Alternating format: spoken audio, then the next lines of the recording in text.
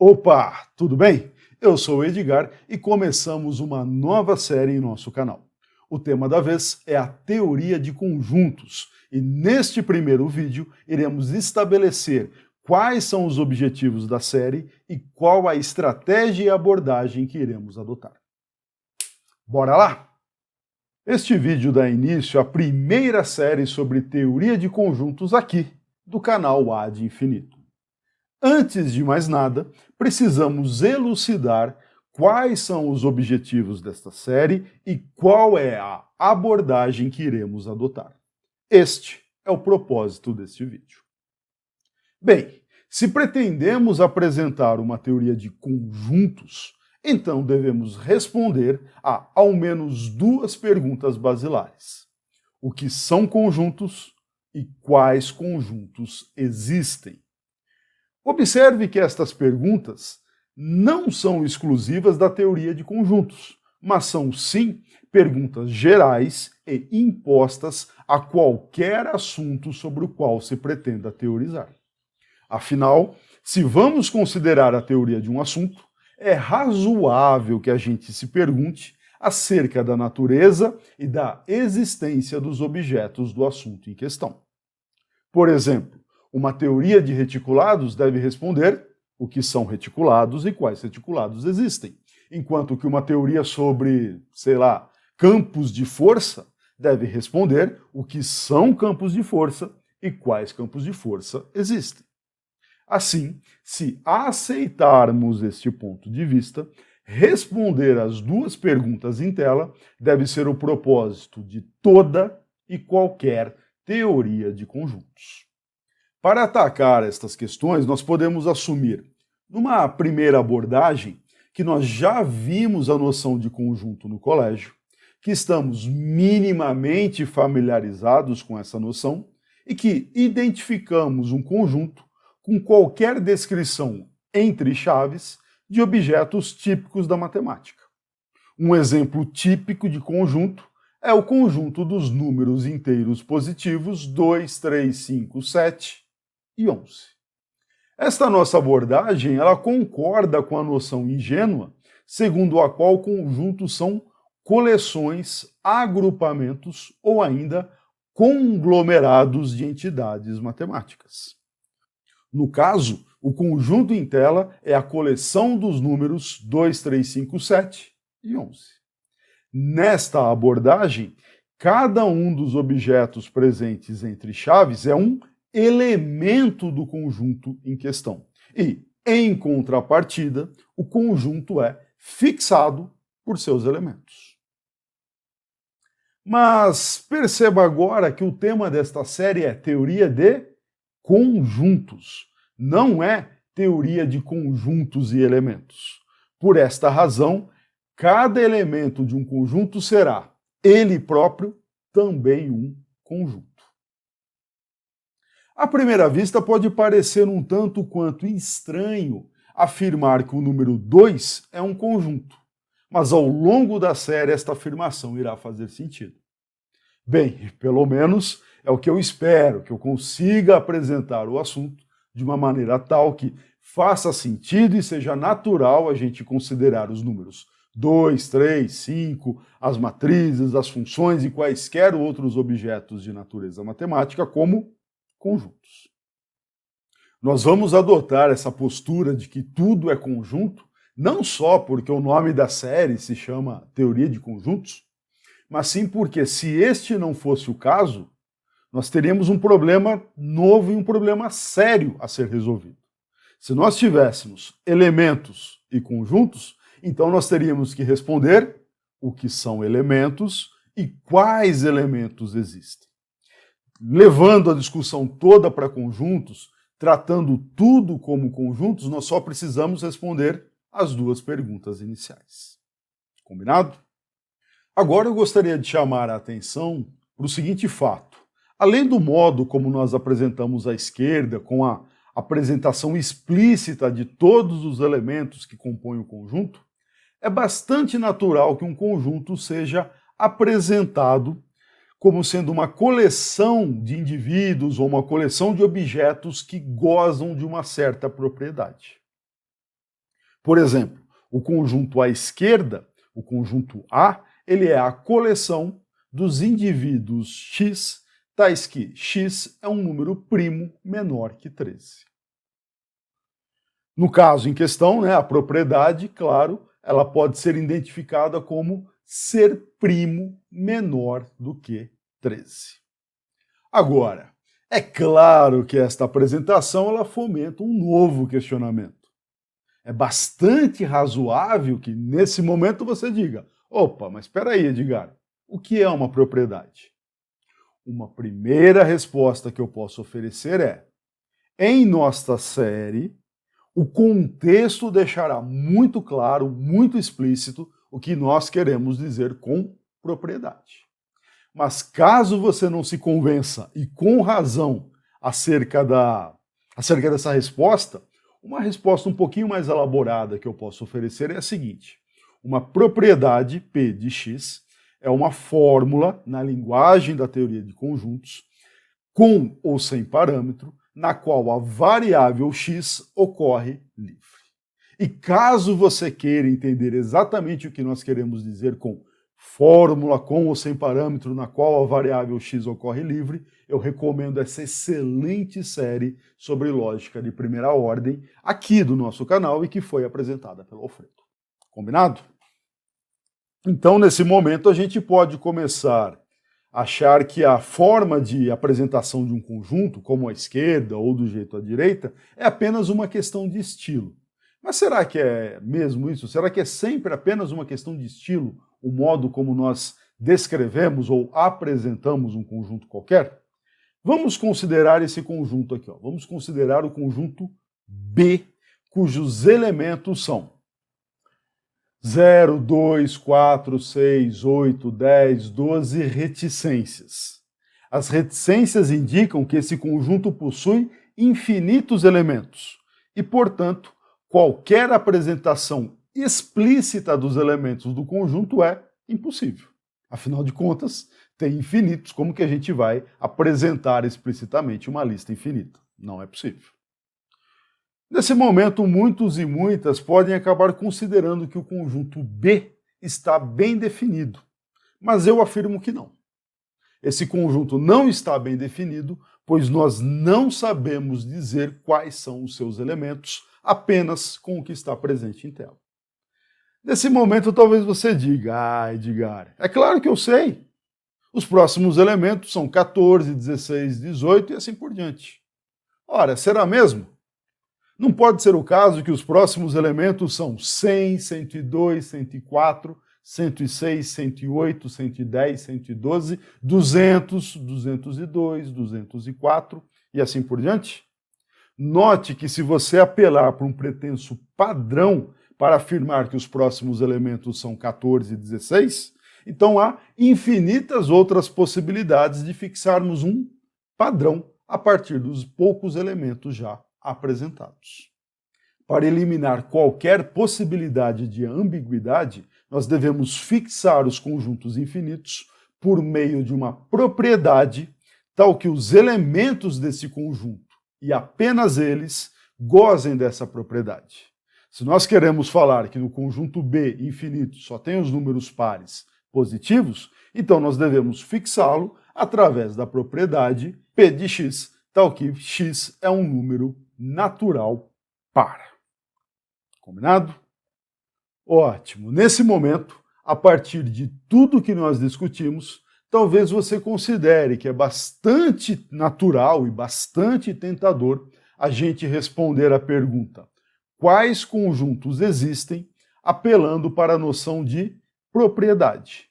E neste caso, uma resposta que parece muito natural é indicar que há pelo menos tantos conjuntos quanto há propriedades. Dito de outro modo, dado uma propriedade P qualquer, existe o conjunto C dos elementos X que gozam da propriedade P. Se nós assumirmos essa postura, então existe o conjunto A, em tela, em razão da propriedade ser primo menor que 13. E existe o conjunto B em razão da propriedade ser número natural par. Ótimo, respondemos então uma questão relativa à existência, certo?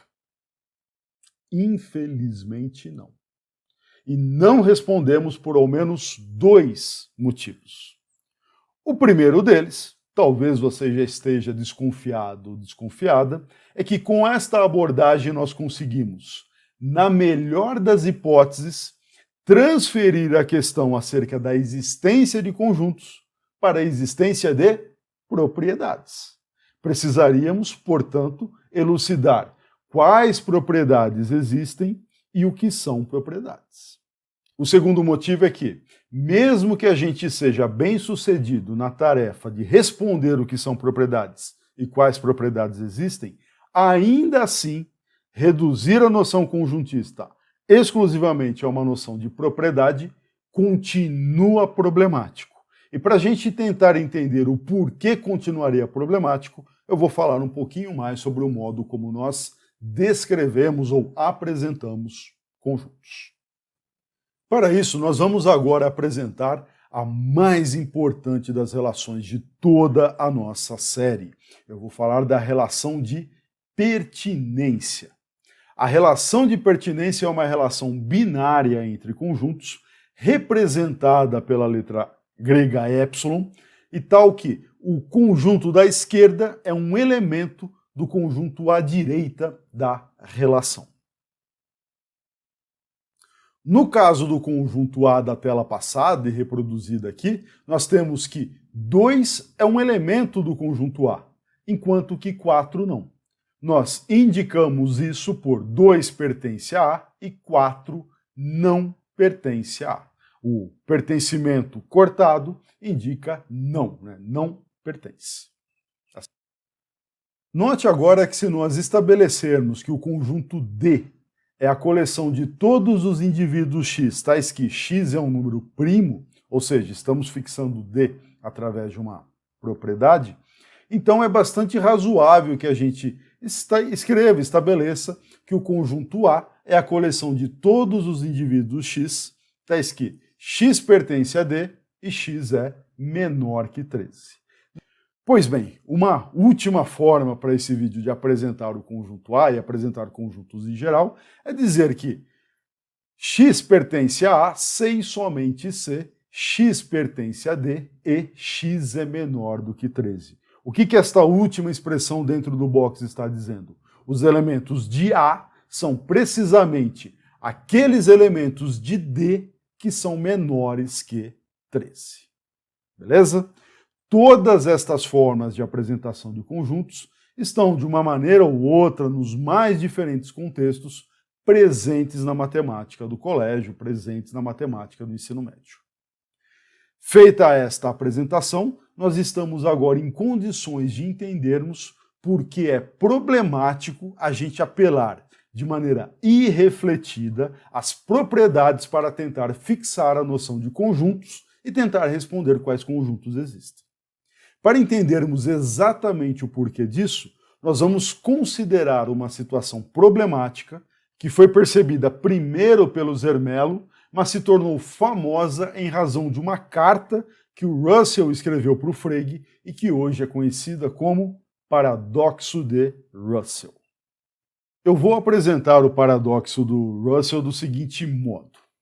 Vamos aceitar que propriedades fixam conjuntos e que, portanto, podemos responder às perguntas acerca da existência de conjuntos apelando para a existência de propriedades. Muito bem, se este é o caso, então nós podemos considerar a propriedade P de X tal que esta propriedade é gozada apenas pelos elementos que não são membros de si próprio. Ou seja, P de X é X não pertence a X, ou ainda, não é o caso que X é elemento de X. Combinado? Ora, se nós temos esta propriedade, como propriedades fixam conjuntos, nós temos o conjunto R. R é a coleção de todos os indivíduos X, tais que X não pertence a X. Combinado? Ótimo. Se este conjunto é legítimo, pela hipótese de trabalho que nós estamos assumindo, que propriedades fixam conjuntos, e como a relação de pertinência é uma relação entre conjuntos, é muito razoável que a gente se pergunte, então, ora, é o caso que R pertence a R? A afirmação R pertence a R só tem duas possibilidades. Ou ela é verdadeira, ou ela é falsa dentro do contexto de lógica clássica em que nós estamos. Qual é o caso? R é elemento de R ou R não é elemento de R? Vamos tentar responder isto. Vamos, hipoteticamente, supor que R é um elemento de R. Qual é a consequência disso? Bem, se R pertence a R, então o conjunto R deve gozar da propriedade P. Por quê? Porque R é precisamente a coleção de todos os indivíduos que gozam da propriedade P. R sendo um elemento desse conjunto, R goza dessa propriedade. Mas o que significa dizer que R goza da propriedade P? É dizer que não é o caso que R pertence a R. Ou seja, R não pertence a R. Temos, portanto, que se R pertence a R, então R não pertence a R. Poxa, Edgar, mas você disse que ou era o caso de R ser um elemento de R ou de não sê-lo. Bem, como quando a gente supôs que era, a gente concluiu que não é, então não deve ser o caso, será? Vamos avaliar.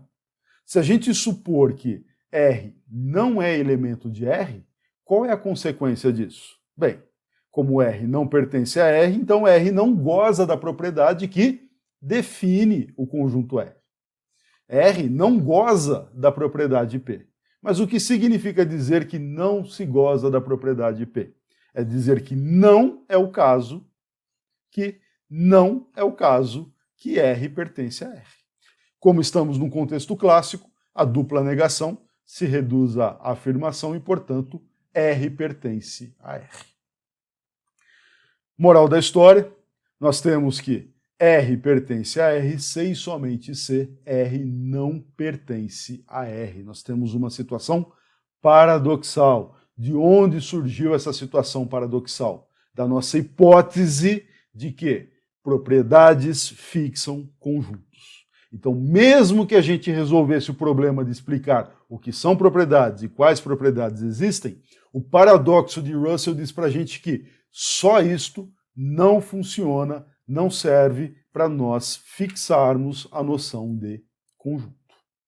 Certo, então como que a gente vai tentar sair dessa situação incômoda em que a gente se colocou? Tem aparentemente dois caminhos. Um deles é falar, olha, não deu certo tentar usar propriedades para fixar conjuntos, então vamos procurar outro caminho. Esquece toda a discussão que foi feita até agora, vamos procurar outra maneira de fazer.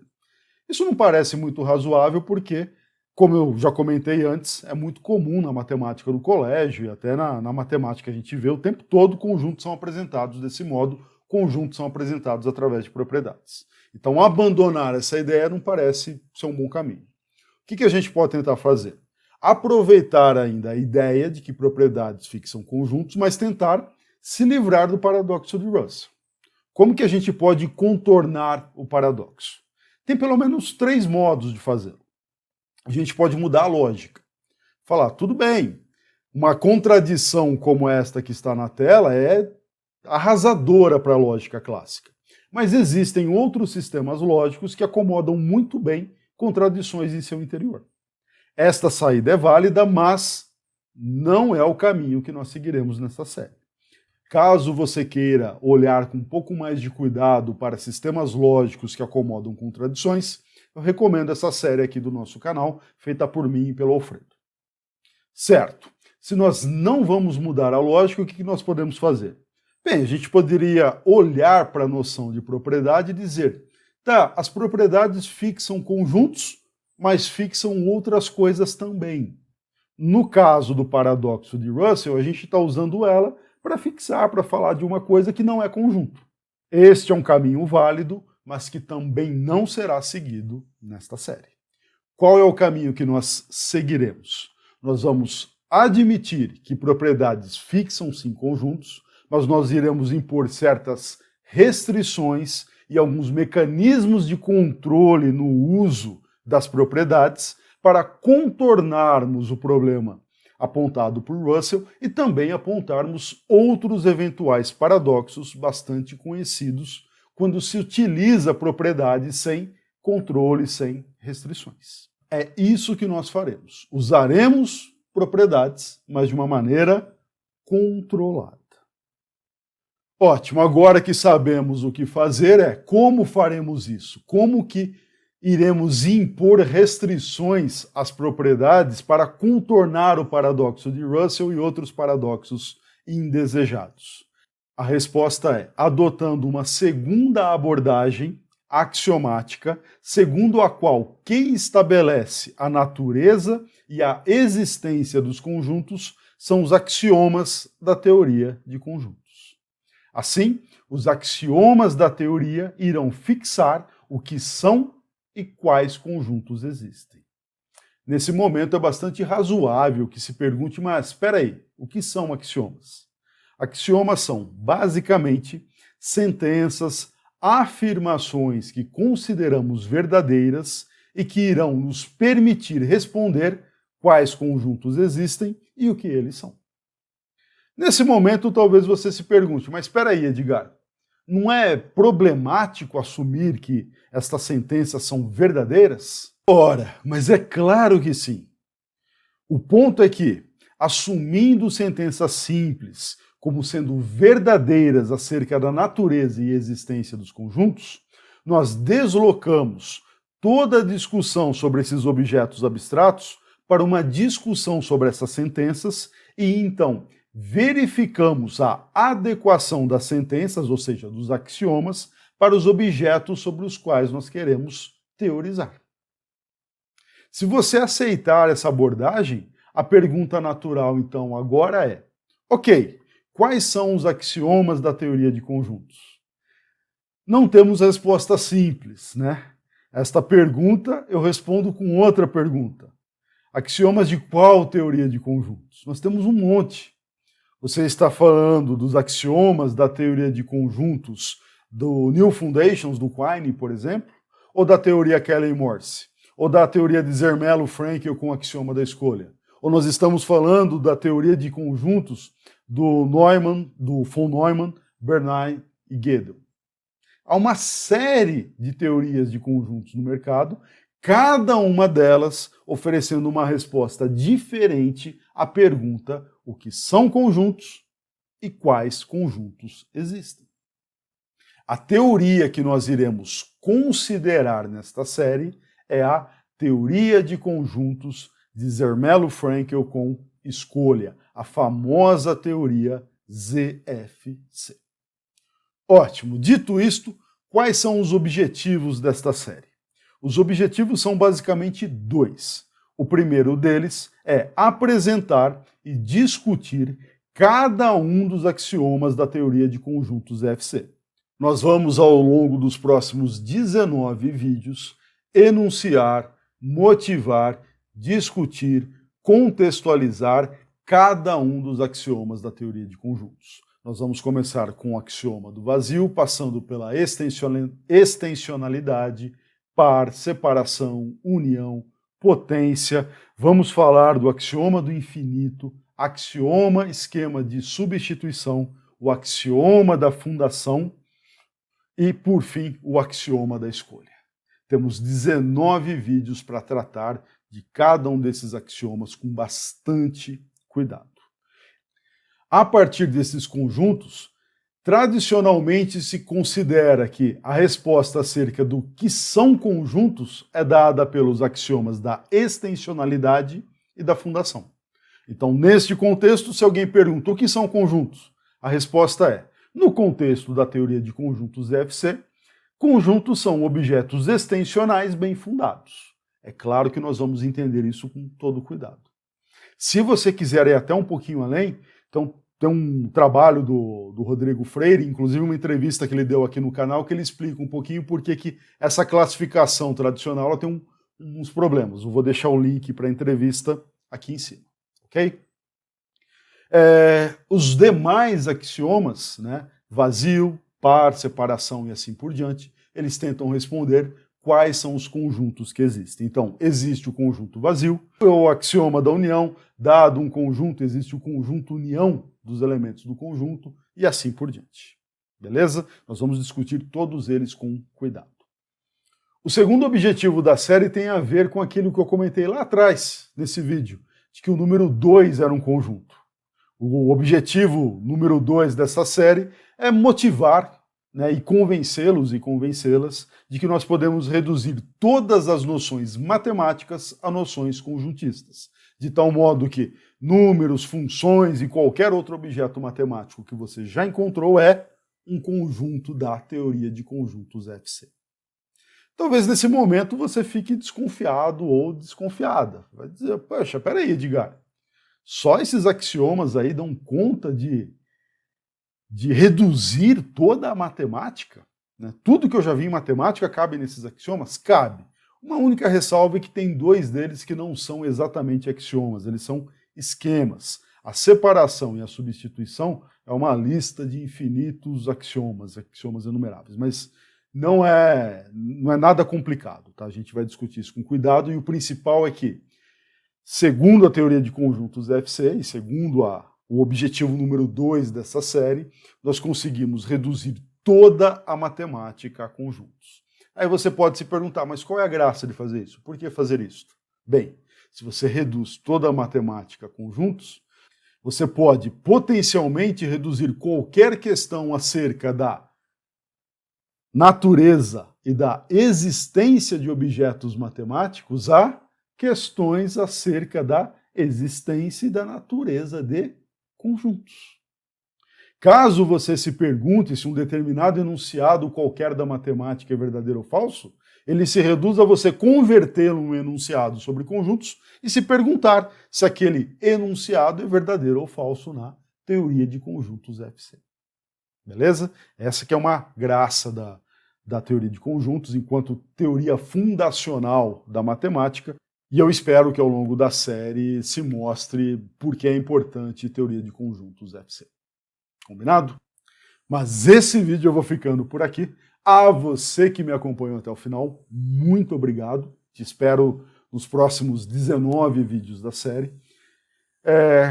Caso possa, deixa um joinha, deixa um like, e caso tenha interesse, caso seja possível, considere se tornar membro do nosso canal. Dúvidas, críticas e sugestões, por gentileza, use a área de comentários do vídeo. Um forte abraço, até a próxima e tchau!